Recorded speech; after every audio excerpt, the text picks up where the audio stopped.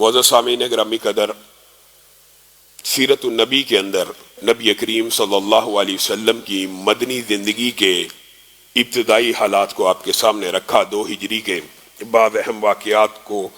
آپ کے سامنے رکھا، آپ کے سامنے غزوہ بدر کا دیباچہ اور نبی کریم صلی اللہ علیہ وسلم کی سنت مزاحمت کا گزشتہ خطبے میں ذکر کیا۔ آپ حیران رہ جائیں گے، قوموں کی تاریخ کے اندر یا مذاہب کی تاریخ کے اندر 8 سال کا مختصر وقت، 2 ہجری سے 10 ہجری تک کا یہ جو مختصر سا وقت ہے،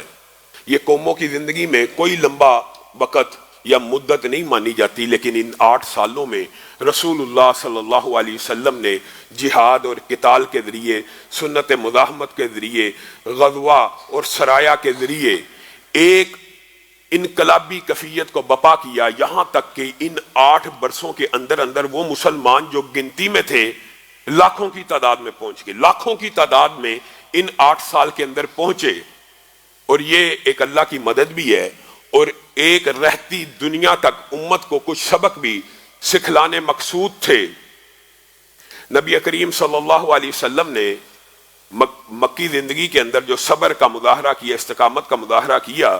اس کے برعکس مدنی زندگی میں سنت مزاحمت کو اختیار کیا اور جہاد فی سبیل اللہ کا شوق اور رغبت مسلمانوں کے اندر ڈالنا شروع کی۔ آپ کے سامنے ان آیات کو گزشتہ خطبہ میں رکھا تھا کہ کیسے جہاد ترتیب سے مسلمانوں کے اوپر جب فرض کر دیا گیا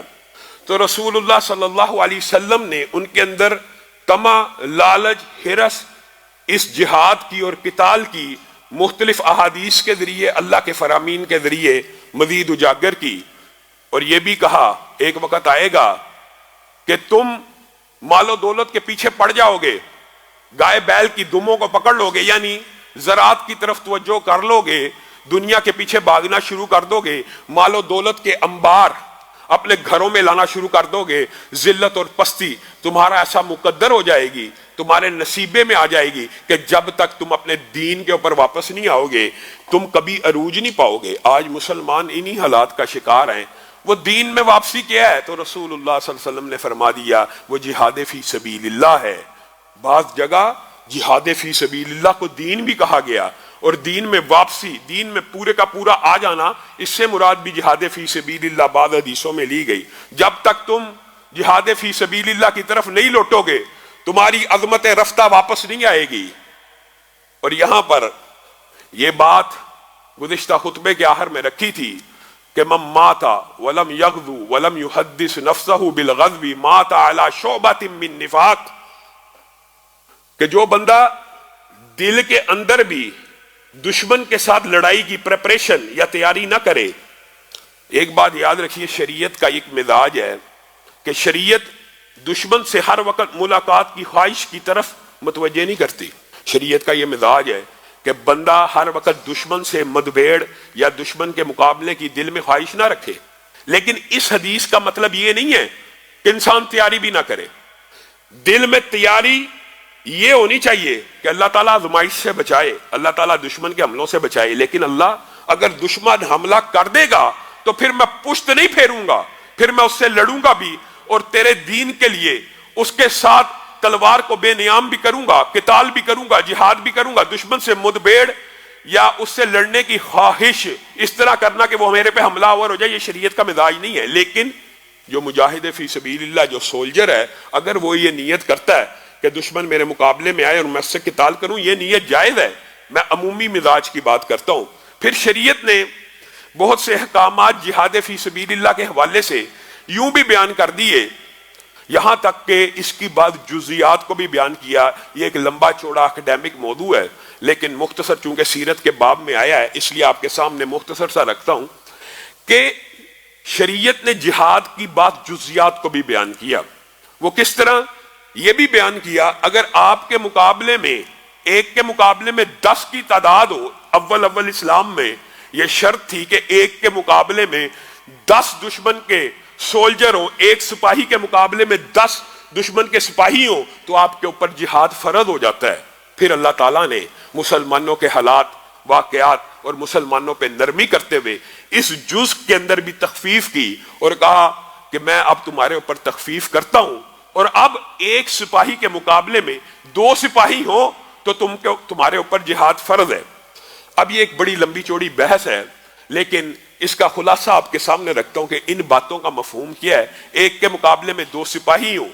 تو اس سے مراد بعض محدثین نے یہ لیا کہ پھر تو جہاد فرض ہو جاتا ہے اور یہ اقدامی جہاد کی آیت ہے، اور بعض محدثین نے یہ لکھا ہے اس سے مراد اقدامی جہاد نہیں ہے، بلکہ اس سے مراد یہ ہے کہ پشت پھیرنے کی، واپس پلٹنے کی،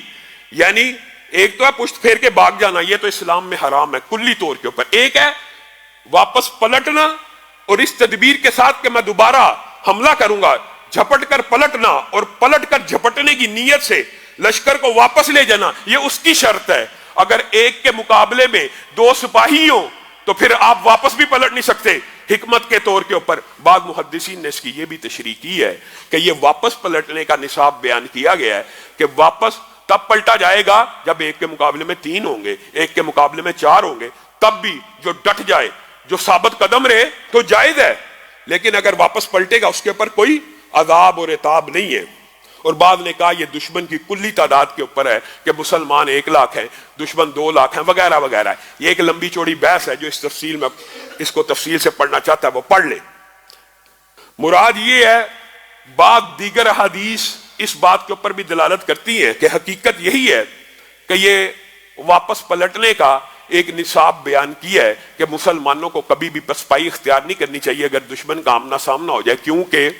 7 ہلاک کرنے والے گناہوں میں ایک ہلاک کرنے والا گناہ یہ بھی ہے کہ جس دن میدان جنگ لگا اور تم پیٹ پھیر کے بھاگ جاؤ، اور اللہ رب العزت کو بھی اور نبی کریم کو بھی یہ عادت بڑی بری لگتی تھی۔ آپ نے وہ 3 صحابہ کا مشہور واقعہ پڑھا ہوا ہے کہ جب دشمن میدان کارزار میں تھے اور وہ میدان جنگ سے پیچھے رہ گئے، ایک لمبا چوڑا واقعہ قرآن پاک میں ان کا بھی آتا ہے، اور استغفار کے حوالے سے آپ نے وہ واقعہ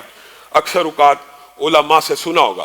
تو بنیادی طور کے اوپر اسلام کا یہ مزاج ہے، اگر دشمن سے مدبیڑ ہو گئی، اگر دشمن آمنے سامنے ہو گیا، اب پشت نہیں پھیرنی۔ اب یہ وہ حدیث ہے جس کو پچھلے جمعے کے آخر میں بیان کیا کہ پھر عمر کا بھی احساس نہیں ہے۔ ایک انسان سوچے جی میں 50 سال سے اوپر ہو گیا ہوں، تو رسول اللہ صلی اللہ علیہ وسلم نے تو جہاد کی ابتدائی 55 برس کی عمر کے بعد کی ہے، تو اس کا مطلب یہ نہیں ہے کہ کوئی بزرگ ہو گیا یا بوڑھا ہو گیا ہے۔ اس حدیث کا اطلاق ہر ایک کے اوپر ہے، چاہے کوئی 60 سال کا مسلمان ہو، ہاں جو کوئی معذور ہے، جو کوئی اندھا ہے، جو کوئی لنگڑا ہے، جو کوئی معذور ہے، جو کوئی اپاہج ہے، جو کوئی کمزور ہے، جو کوئی کسی بیماری کا شکار ہے، اس کے اوپر کوئی حرج نہیں ہے۔ لیکن اس کے علاوہ مسلمان کی عمر چاہے 70-80 برس کیوں نہ ہو، تندرست ہو، اس کے دل میں بھی یہ تیاری ضرور رہنی چاہیے کہ اگر کبھی دشمن حملہ کر دے گا تو میں اس جنگ میں شامل ہوں گا، اور یہی شریعت کا مزاج ہے اور یہی مسلمانوں کا مزاج ہے۔ اور اس کی مثال آپ حضرت ابو ایوب انصاری کی قبر کو کہاں پہ دیکھتے ہیں؟ جو کوئی لوگ ترکی گئے ہیں وہ حضرت ابو ایوب انصاری کی قبر کے اوپر بھی جاتے ہیں۔ بتائیے کہاں مدینہ ہے، کہاں ترکی ہے، کتنی عمر ہے، 70-80 برس سے بھی اوپر ہو گئے ہیں۔ قبر کہاں پہ بنی ہے؟ مجاہد فی سبیل اللہ ہیں، قسطنطنیہ کے قلعے کے نیچے قبر کو بنایا گیا، اور کہا وصیت بھی یہ کر کے گئے تھے کہ میری قبر اس آخری مقام پہ بنانا جہاں مسلمانوں کے فتح کے گھوڑے آخری ٹاپوں کو لگائیں، یعنی آخری سرحد کے اوپر۔ اور پھر مسلمانوں نے جب وہاں پہ قبر کو بنایا تو اعلان کیا یہ صحابی رسول کی قبر ہے، اے کفار کے لوگوں، اے روم کے لوگوں، یاد رکھنا یہ صحابی رسول ہے، یہ ہماری سرحد یہاں تک ہے، فتوحات یہاں تک آ گئی ہیں، اس سے ایک قدم بھی آگے بڑھے تو اور لشکر آئیں گے، تمہیں خاک و خون میں نہلا کے چلے جائیں گے۔ کسی کو جرت نہ ہوئی، کتنے عرصے بعد دوبارہ لشکر آئے، پھر مسلمانوں نے فتوحات اور کی، لیکن کسی کافر کو بھی یہ جرت نہیں تھی کہ ابو ایوب انصاری کی قبر سے آگے بھی گزر جاتا، ایک قدم آگے بھی رکھ لیتا یا اس کی بے حرمتی کر جاتا۔